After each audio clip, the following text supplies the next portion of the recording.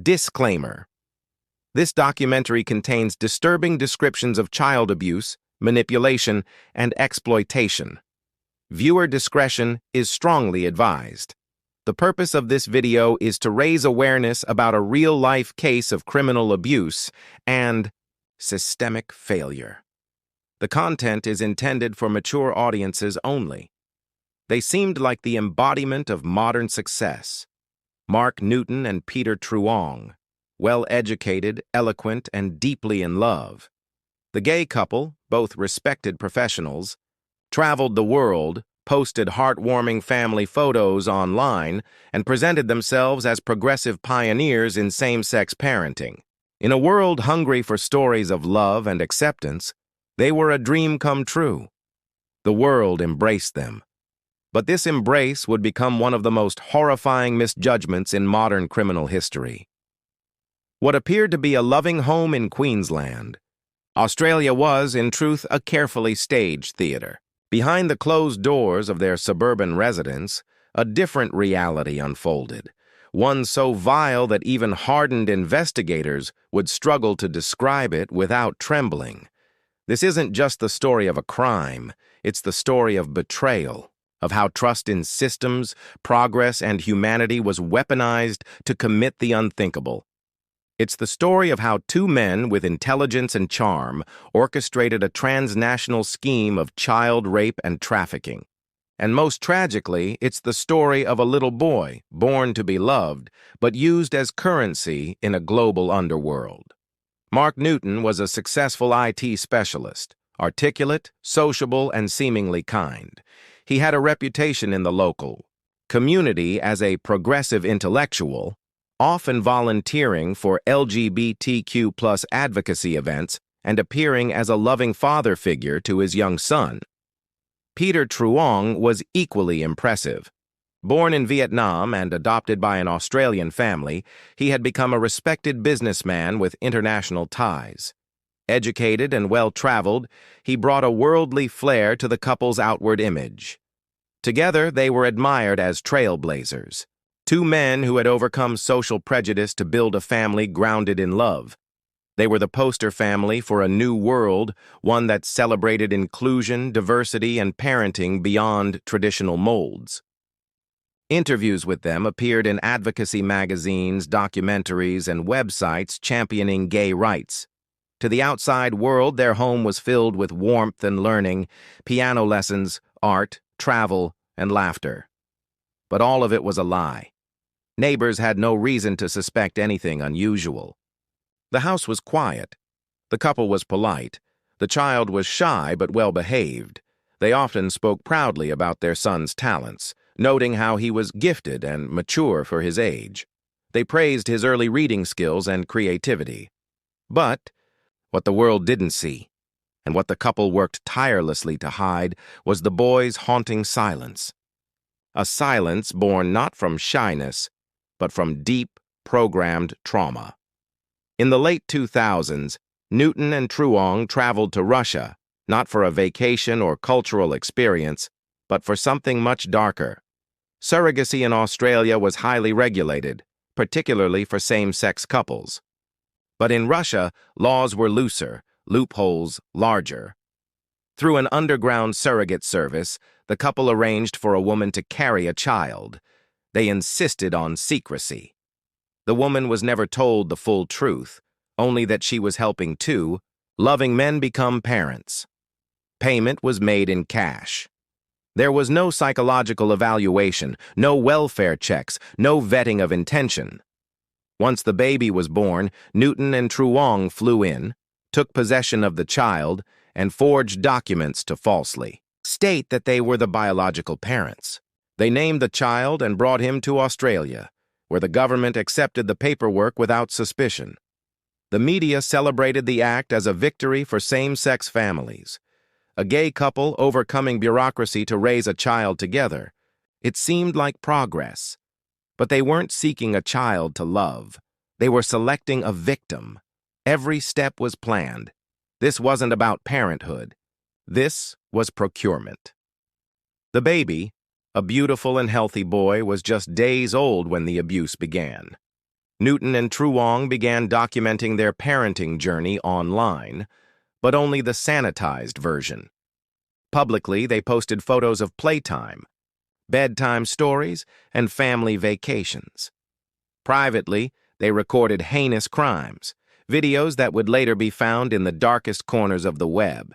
Their home was rigged with hidden cameras, not for safety, for control. Every room became a stage. Every touch, every moment was calculated. They introduced the baby to members of an international network of predators. Some were invited into their home under the guise of friends from overseas. Others connected through the dark web, exchanging advice, media, and victims like property. The child was often drugged or restrained. As he grew older, the abuse evolved. The men disguised the grooming as love. They told the boy he was special.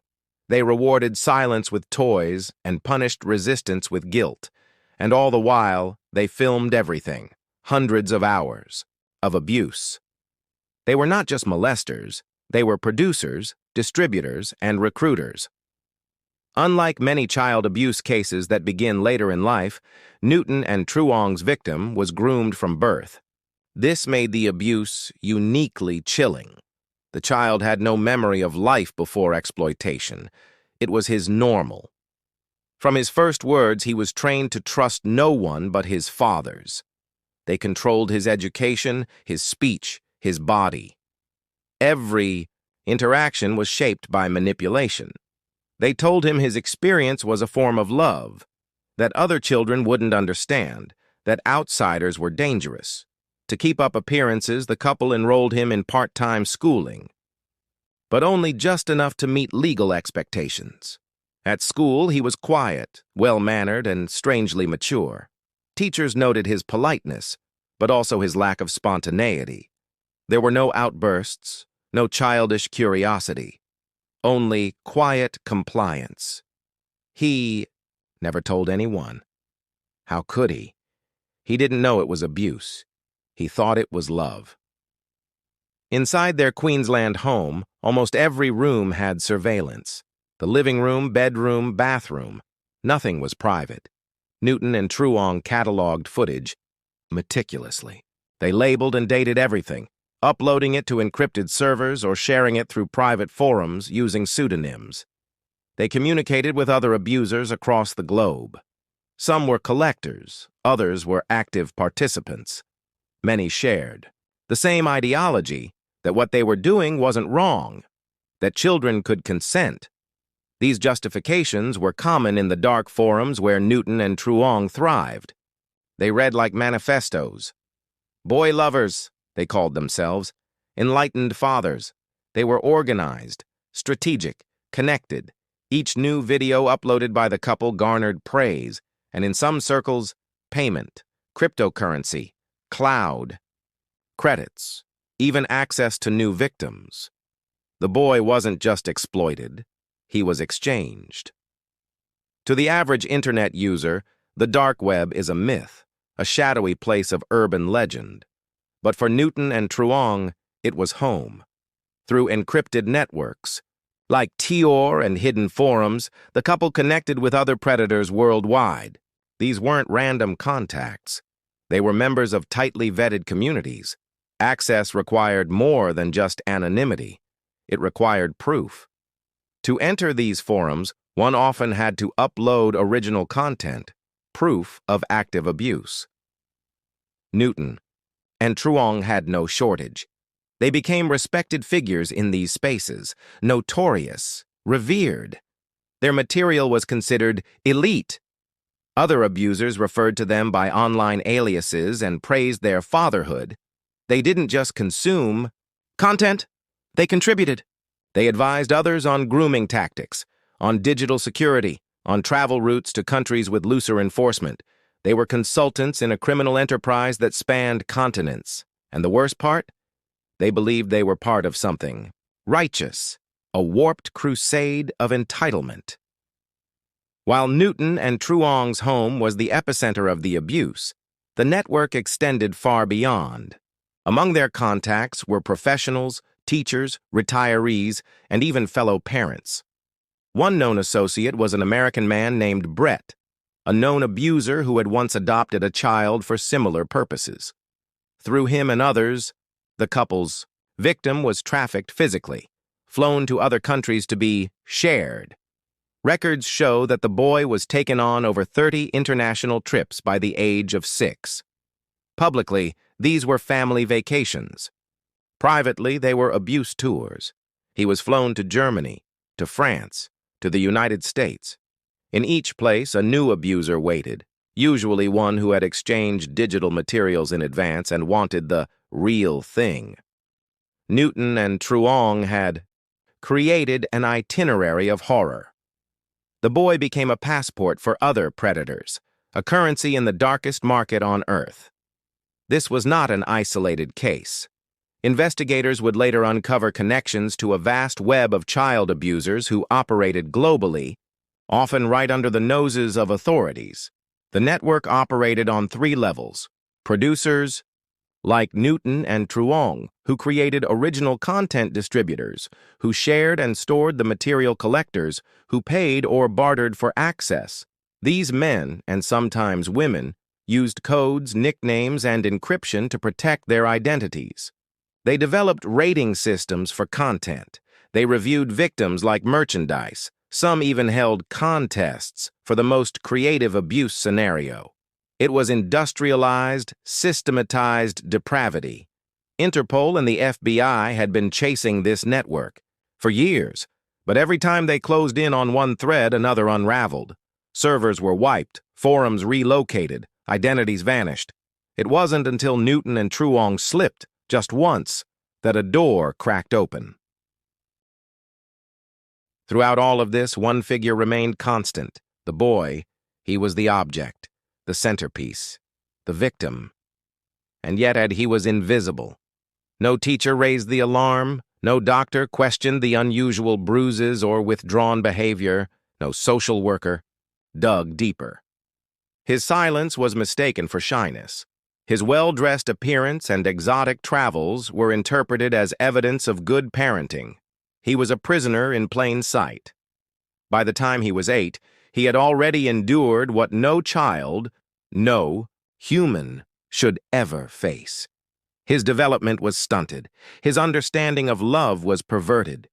He did not know safety. He did not know freedom. He knew only obedience. He knew only the lie.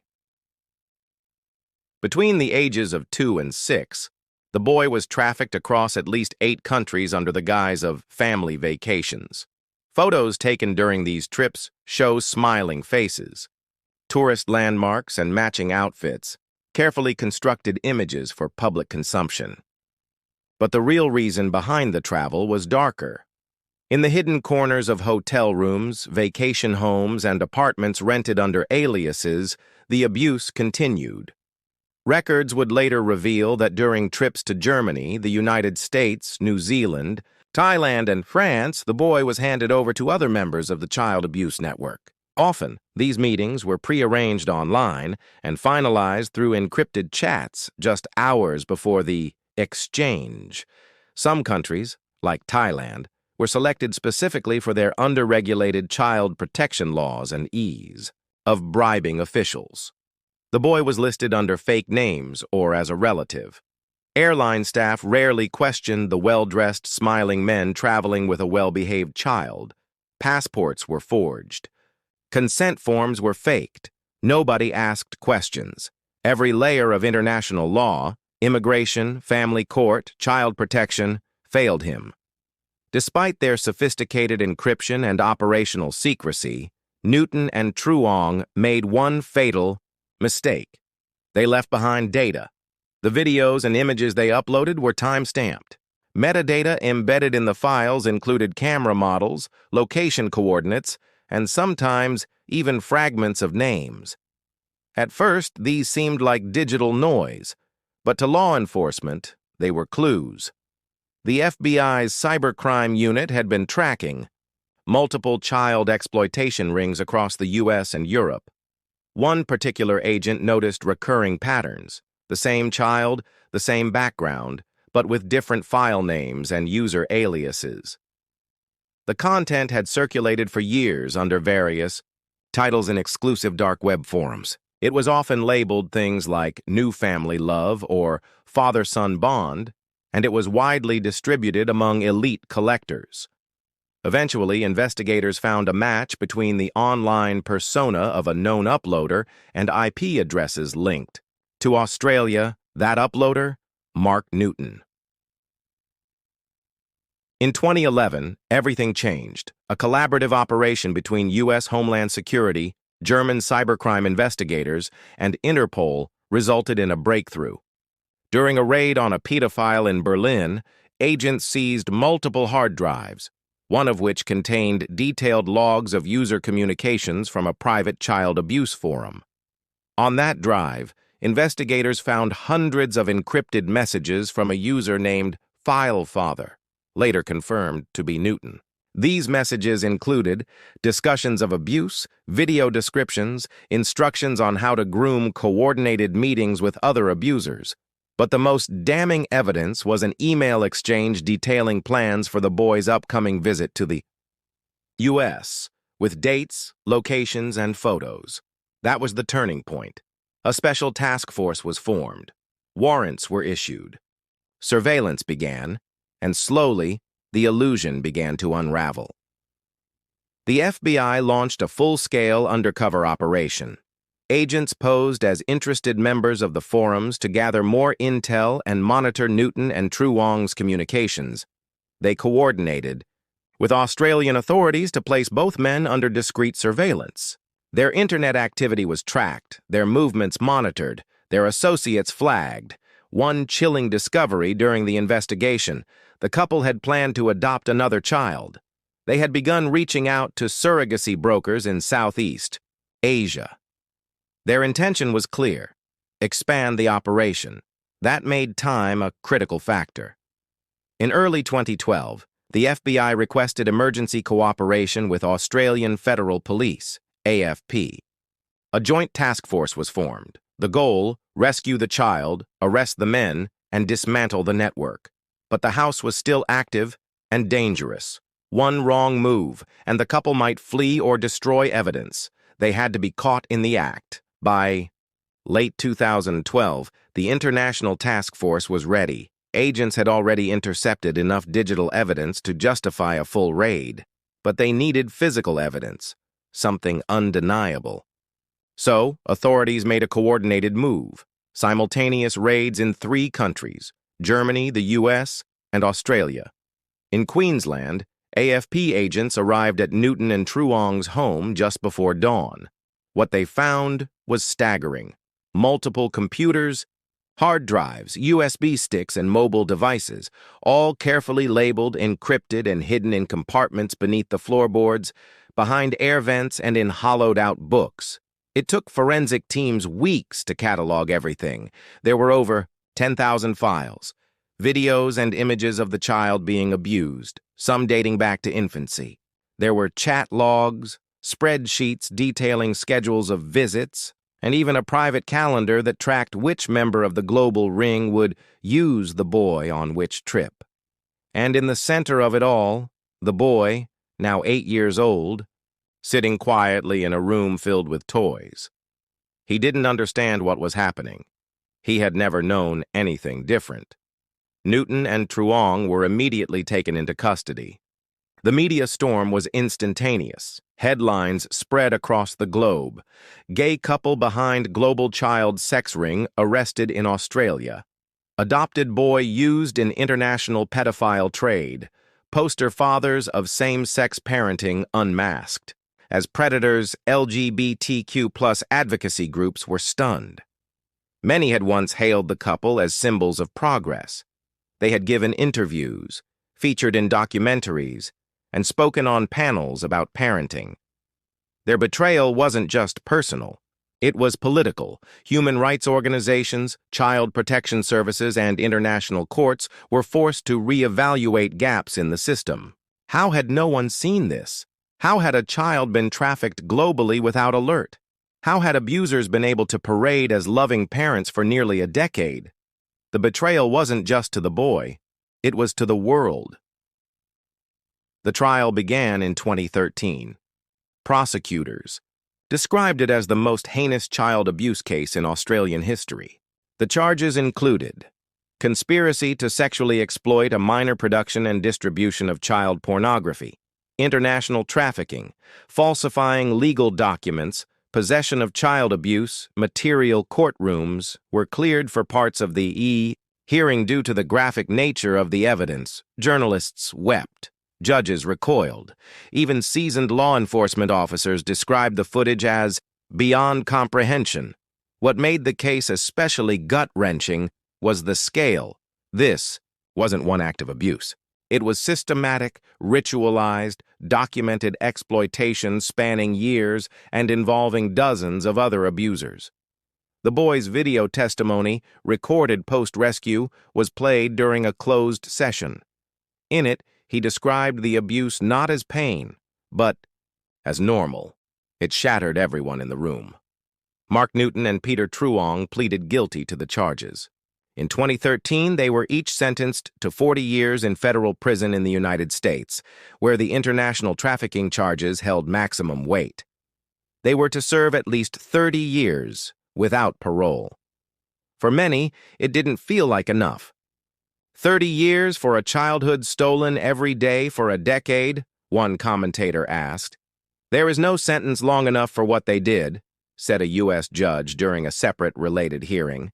Even after the sentencing, the fallout continued. Authorities across 5 countries launched deeper investigations into surrogacy, adoption fraud, child protection laws, and abuse networks that use progressive fronts as shields. Over 30 individuals tied to the ring were arrested globally as a result of the case. But the boy, now living under a new identity and protective care, remained the most haunting symbol of what was lost. He had been raised in a lie, and now he had to learn what truth even meant. In the aftermath of Newton and Truong's conviction, governments, child advocacy groups, and citizens alike were left asking, how did this happen for so long without detection? It wasn't a single failure. It was a sequence of institutional, blind spots, assumptions, and systemic negligence. The adoption loophole Australia had strict surrogacy and adoption laws, but the couple bypassed them with forged documents and international travel, knowing full well there was no cross-border verification system. No agency flagged their entry with a foreign-born infant under suspicious paperwork. The courts. The family court accepted their custody claim without verifying biological parentage or conducting welfare checks. There was no follow-up on how the child was adjusting, whether any third parties were involved in caregiving, or if the child's welfare was ever reviewed post-decision. Child services and schools. Although the boy occasionally attended classes, his emotional withdrawal was dismissed as introversion or giftedness. No child psychologist was ever consulted, and no red flags were raised by educators.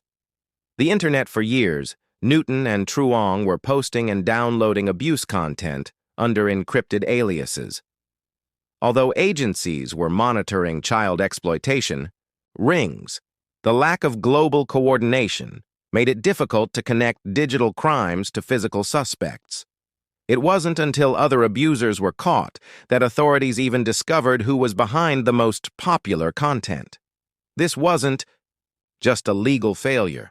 It was a human failure. After his rescue, the boy was placed in protective custody under a new identity. For his safety and emotional healing, all information about his location, guardianship, and therapy is sealed under international law. What is known, however, is that he underwent extensive trauma therapy with leading child abuse recovery specialists. He was never returned to public school. Instead, he received private, highly supervised education. He was later placed in the care of a loving family who had no ties to media or advocacy organizations. Psychologists say his recovery is ongoing and but possible. The tragedy of early trauma is that it reshapes the brain, said one child therapist. But the miracle of neuroplasticity is that, with enough love, time, and safety, healing can occur. He's said to be a quiet, artistic young teen now, with a love for drawing and a deep connection to animals. One therapist shared anonymously, "He once told me, 'I didn't know you could have a hug that doesn't hurt. That broke me.'" The Newton and Truong case is not just a criminal record. It is a case study, a cautionary tale, a global alarm bell. It revealed that predators can appear perfect, even celebrated. Systems can be manipulated, especially when people don't ask questions.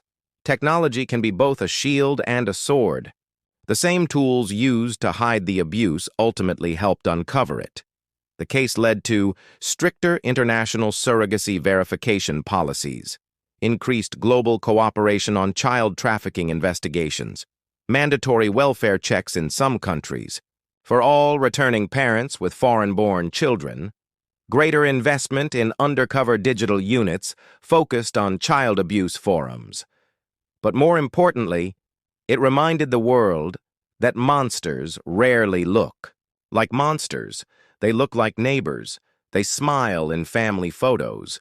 They shake hands at charity events. They exploit the benefit of the doubt. The story of Mark Newton and Peter Truong is one of darkness, unimaginable, soul-wrenching darkness. But it is also a story about exposure, about how one thread, when pulled hard enough, can unravel an entire web of evil. The boy survived. The men were caught. The world was warned. But the question remains, how many more exist behind closed doors? How many other perfect families hide perfect lies?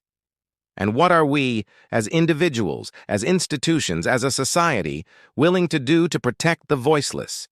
This is not the last case, but let it be the last time we ignore the signs.